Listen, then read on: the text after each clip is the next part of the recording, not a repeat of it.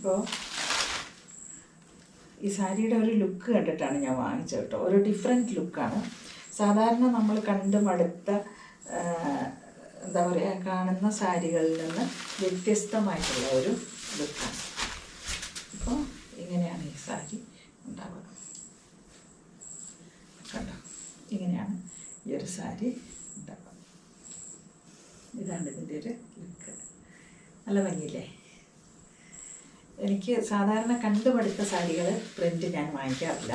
ഒരു ഡിഫറെൻറ്റ് ലുക്കുള്ള സാരികളാണ് അധികവും വാങ്ങിക്കുക.